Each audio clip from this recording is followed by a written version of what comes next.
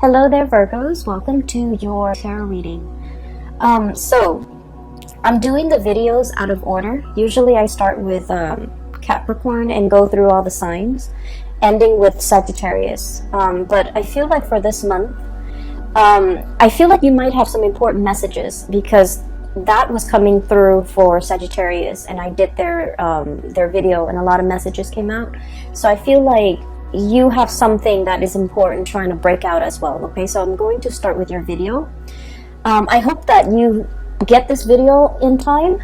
I'm publishing it, the middle of October, so hopefully you will have a little bit more guidance as we head into the month of November. This reading is for November 2019, and so hopefully you can stay abreast and be ahead of the game when if these messages resonate with you. Okay, what is really interesting is I'm seeing I'm hearing the words change in vessel. Okay, and as soon as that word or that phrase came out, I was taken back to last month's reading where you were that cactus in the pot. I think it was for you guys and for the month of October. I'm seeing a continuation in that imagery because I feel like somebody is taking notice that the plant, the cactus, is getting too big for the pot. The pot is not giving it enough room, and it's wilting as a result of being in a space that is not able to accommodate its growth, right?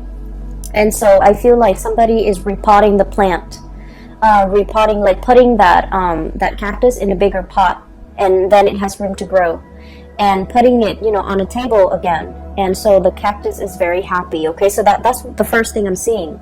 And the message associated with that is definitely a change in vessel. Okay, a change in the body, a change in the environment, a change that can be very momentous because it's allowing for like a breath of fresh air to kind of just whoosh through.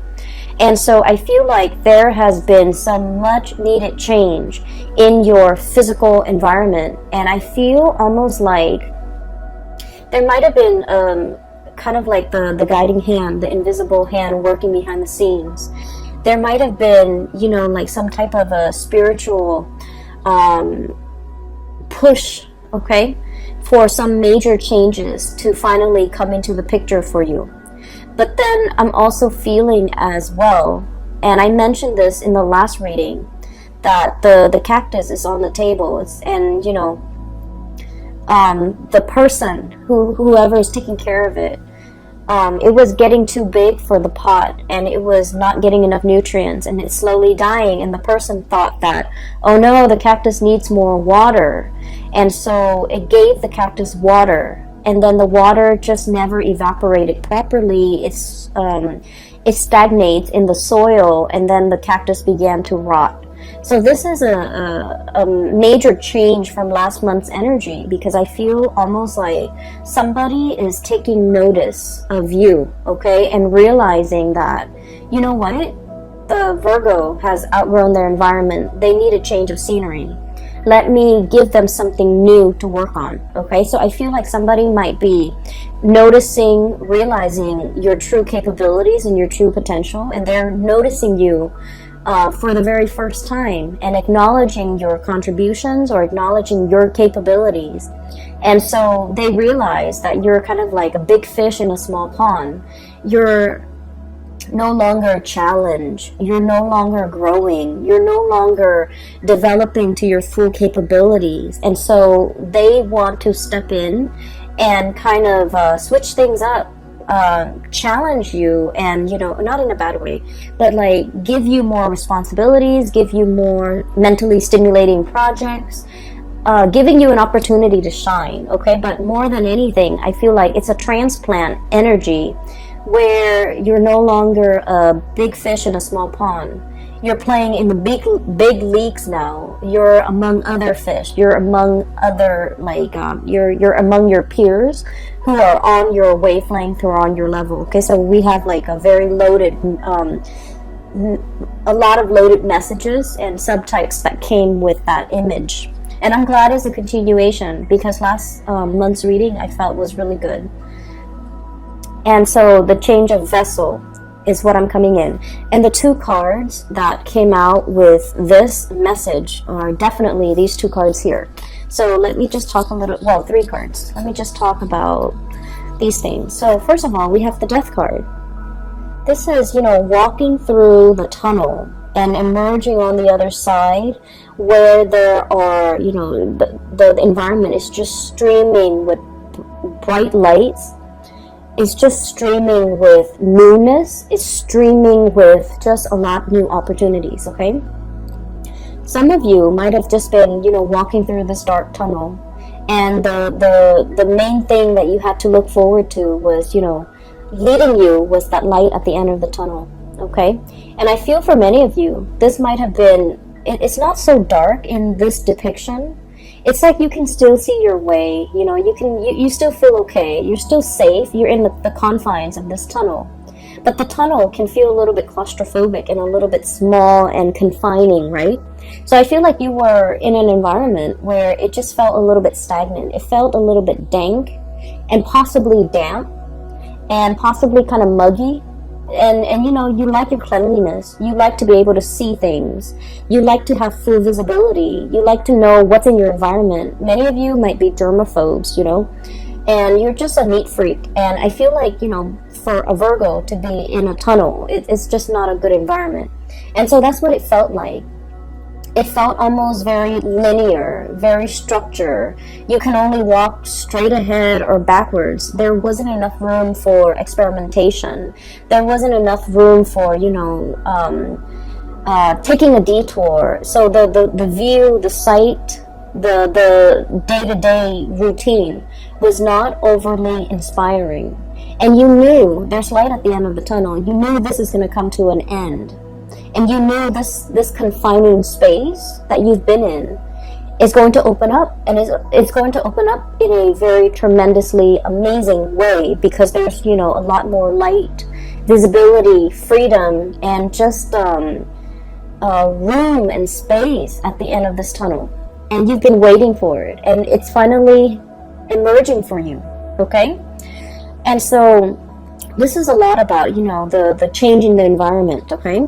And then with the change in the vessel, what I have here is the two cards that perfectly depicts this, that image that I saw earlier.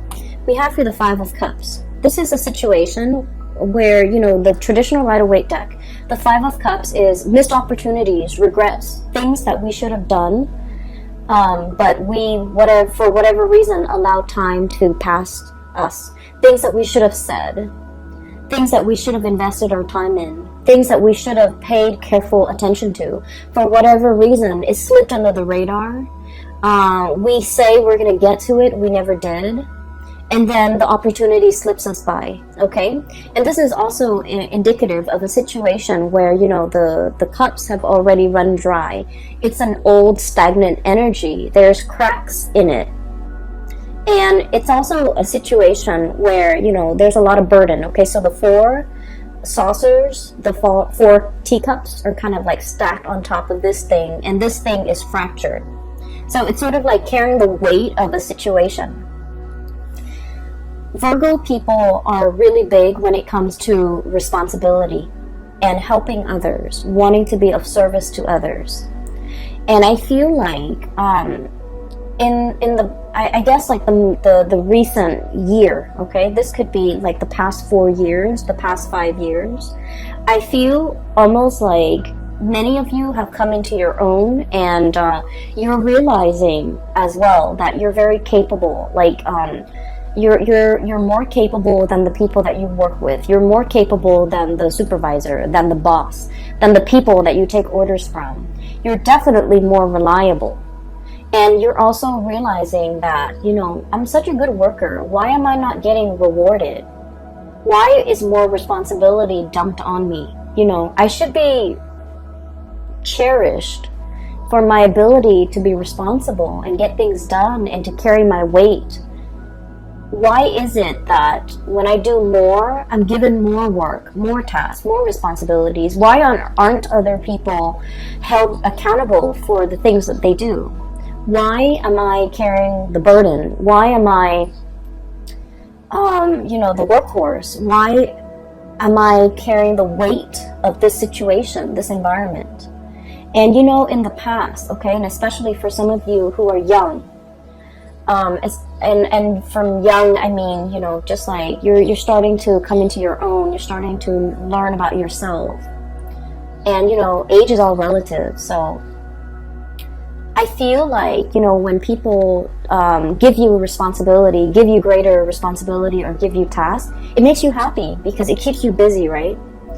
And then you also feel like, oh, they're noticing me. They're noticing my potential. They're noticing my capabilities. They're noticing how good of a worker I am. That's why they're giving me responsibility. And in a way, it's sort of like, it's flattering. But then over time, you feel like you're working faster than everybody else. And so you're given twice the work. It's not fair. And many of you are coming to the realization that this is not, I'm enabling a situation. I need to speak up for myself. I need to not, you know, carry the burden anymore. And people need to stop forcing the responsibilities on me just because I'm capable. If I'm not there, what's going to happen? Who's going to carry the burden? How is that place going to survive? And I feel almost like you come into a place where you are practicing loving detachment, okay? No longer wanting to be mother hen, you know, making sure everything runs smoothly. You're starting to detach yourself because you're realizing that you're subsidizing a situation. You're enabling a situation to continue to be unfair. And so there's definitely a change in the guards, a change in the times, a change in your perspective, a major paradigm shift when it comes to what you're willing or not willing to kind of take on, okay? You're in a position where you are picky, and that's great, picky about what you are willing to do, what you're not. You're picky about, you know, what projects to take on and what projects to leave behind, who to work with and who not to work with. And you're coming into that sense of discernment, no longer, you know, wanting to please everybody. You're in a very good position where you have, you know, good bargaining power and you're able to kind of like dictate the rules of the game, okay? And this came about through this sense of like, we're coming here from the Five of Cups. So if you can just imagine if these were cups, right, that were full, but they're all cracked. They're all cracked, so they're not able to hold water, to hold their own weight, right? And so we're changing the vessel. We're pouring everything that it was used to be held within these broken containers or cups. And we're switching the vessel. We're pouring it into here. And so I feel like you are redirecting your energy away from this mess, away from this situation that is very burdensome and very tiring and very unfair and unbalanced. You're redirecting your precious stream of gold here, okay? Falling into this cup is wonderful because this is about self-love, self-care. This is definitely as well about, you know, putting yourself first. Doing things that make you happy rather than accommodating everybody else. And Virgo, it's okay to be selfish. You've spent your whole life working for other people. It's time to draw back your energy and take care of yourself and do things that you love. You know, work might be hectic. And if you're just like, I don't want to go to work today. I'd rather go have a picnic. I'd rather go hiking. I'd rather go watch a movie. You know, the work is still going to be there when you get back, right? So take that day off. Do that mental health day. Or, you know, do whatever it is that you feel like your soul and your body needs because you deserve it. So I definitely see here a redirecting in your energy, a refilling or a changing of a vessel, a changing in the way that you do things, a changing in the way in which you preserve and conserve your energy for things that really matter, that are important to you. And I feel like many of you are coming into your own, learning to say no, learning to tell people to back off, learning to tell people to like, I want to say the energy is a little bit like no nonsense, okay? It's almost like the Queen of Swords. It's sort of like, no, you can do it yourself. You know, I can help you, but you can do it yourself as well. So I feel like you're giving people a piece of their mind because you were in a situation where it wasn't fair, okay? So there is a second message. I'm going to get to it really, really fast. And the second message is very cute. I really like it. Okay, so the second message is I see this little boy, okay? He's got like a pet cat or something next to him. And he's just kind of skipping with his cat. He looks like he's about 5 or 6, so a very young boy. It's very cartoony. So he's just running, skipping on a dirt road. The cat is, by his legs, and he starts to hear like a dog whimpering or crying. So he walks towards, he tries to find like the source of where the noise is coming from, a crying dog. And then he goes towards this well and he realizes there's a dog stuck at the bottom of the well, and the well is really deep, okay?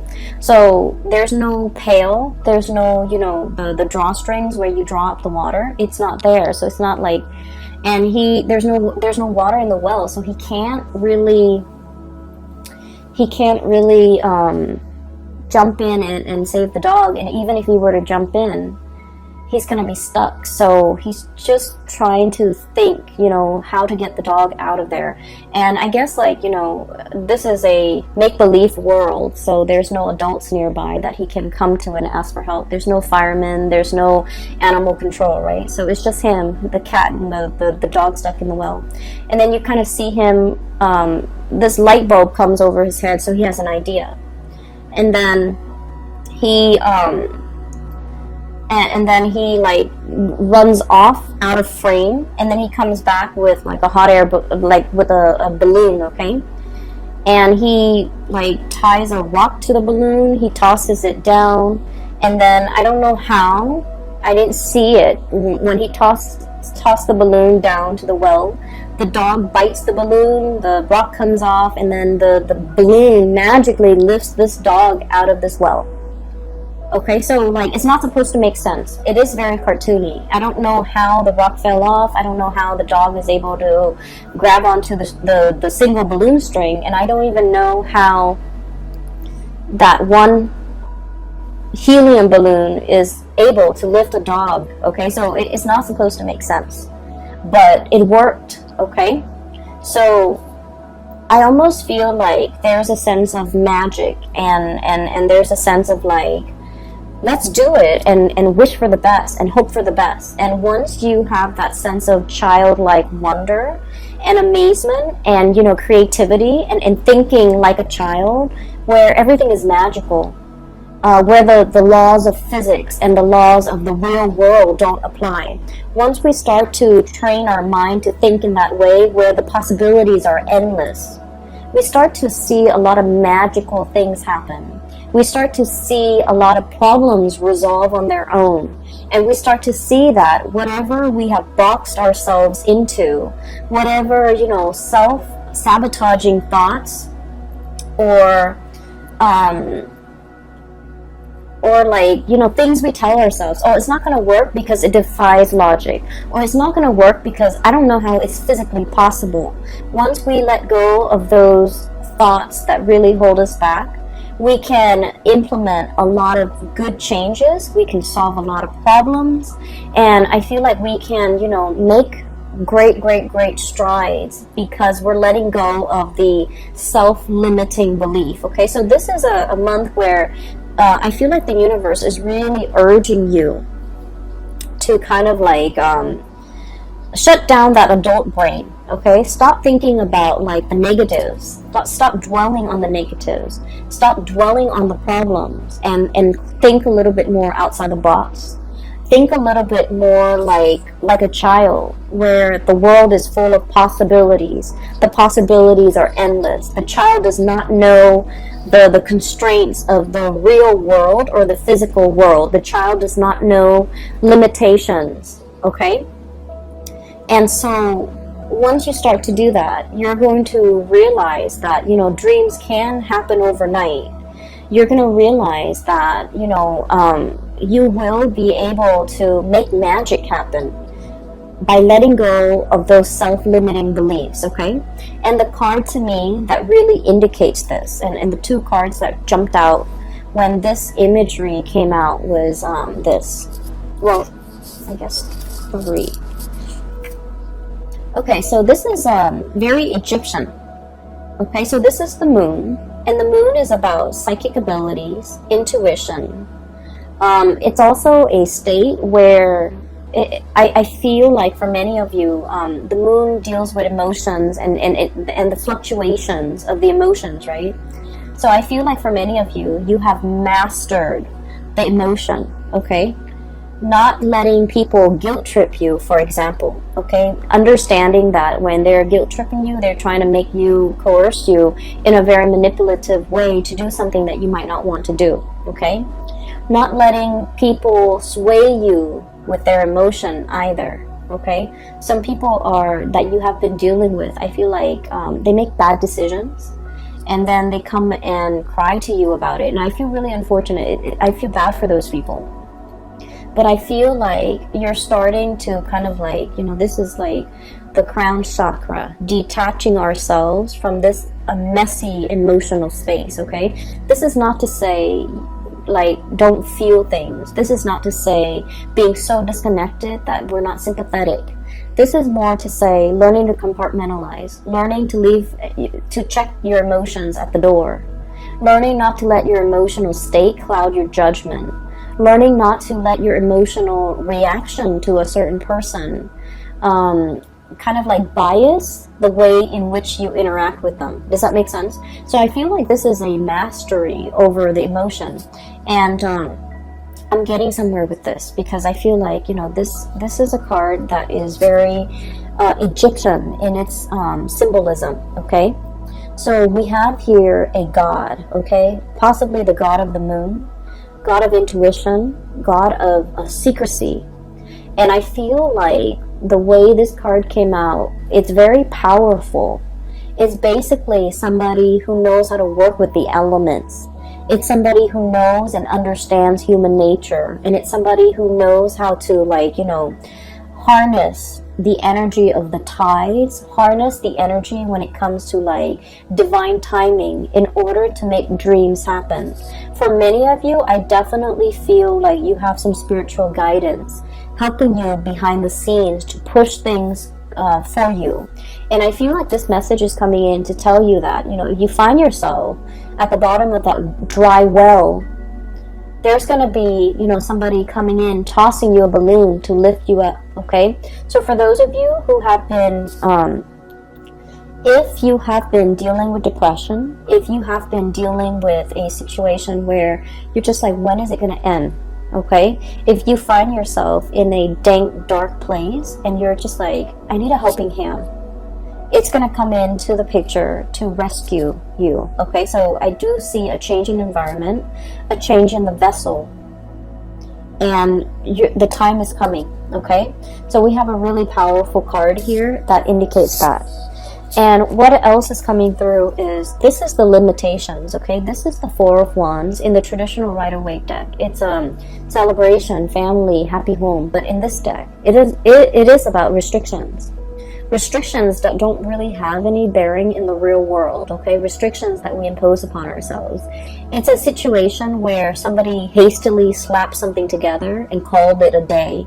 And then the person that comes in after them are just like, oh, this is the way it's been done in the past, so let's do it in the future. And they didn't take the time to realize that this was very sloppily slapped together. It doesn't really hold weight. It doesn't really doesn't serve as awning or coverage for anybody from the elements, right? It was just not done very well, and yet they're just like, oh, that's the way it was done in the past, so that's the way we're doing it now. Not questioning what came before, not questioning what needs to change, taking and accepting the status quo. And the four energies deal with stability. It's like the four legs of a table. If the four legs of the table are of equal length, the table doesn't wobble, right? So in a way, it's very stable, but it can be very, very rigid. So I feel like there's a situation here where you're kind of forced to Uproot, okay, that cactus is coming back.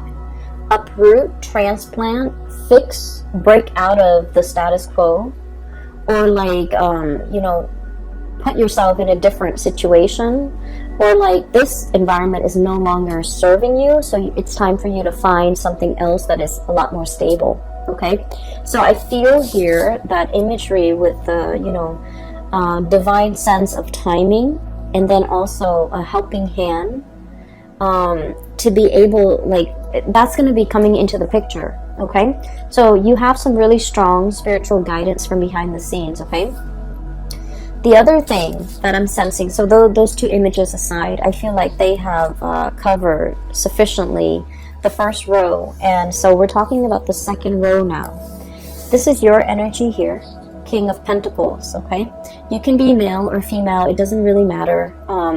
This is a card that spells to me raw power. Okay, elephants are very regal creatures. Okay, they live into old age. They have a really long lifespan. I believe they also have the same gestation period as humans, if not like a month longer. So I don't remember if it's 9 or 10 months, but they have, or maybe it's more. You know what, I'm a little bit curious, so give me just a moment. Let me Google that.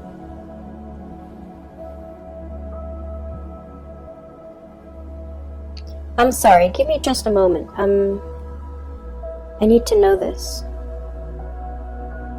Okay, so 18 to 22 months. So the range is 18 to 22 months. Okay, so that's like over a year. So I feel like that timing, 18 to 22 months, is very, very, very important. So this card to me basically spells raw power. Okay, this is somebody who's very stable on their own. Okay, they're like firm-footed. They remember everything. They have a memory of an elephant. They don't forget. They know how to, they always remember to like cross their T's and dot their I's. They do everything very, very diligently. And so I feel like this is a card, this might be your spirit animal, but what I feel is there's the third eye activated as well. Okay, this pentacle covering the third eye. And I feel like for many of you, you're at a point where you know how to make money. You might be swimming in money.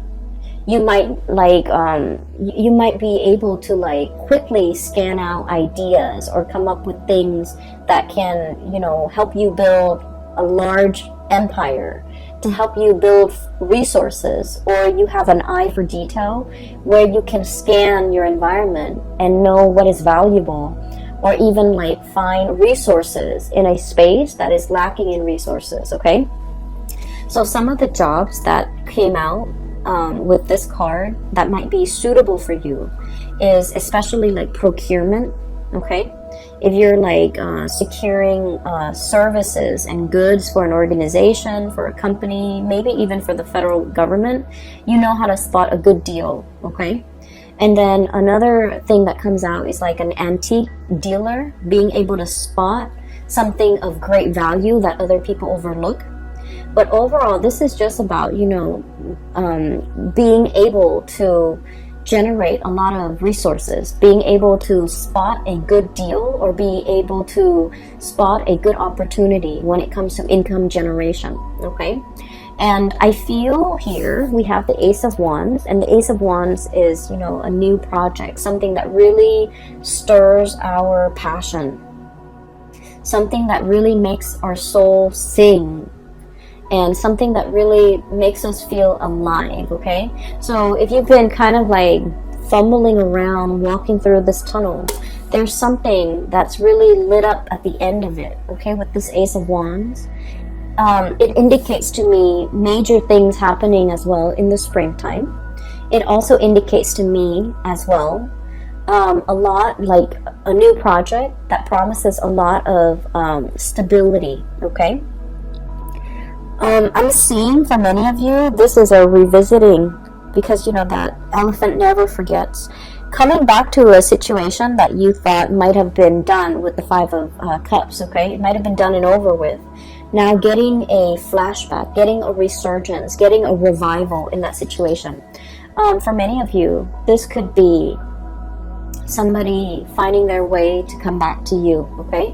If there has been like a missed opportunity in the past, a work situation, a job, a person, a misconnection, I feel like you're not so much you're the elephant, so you're very solid and stable and you're staying put. But there's a situation where somebody is revived, or a situation is revived, and they're coming back into the picture. And when they're coming back, the passion comes back. The interest comes back, and it's a mutual reception. I feel like somebody is trying to reach out to you. For those of you who are dealing with like a romantic partner, this is you and this is them, okay? Page of Cups, wanting to make an offer, wanting to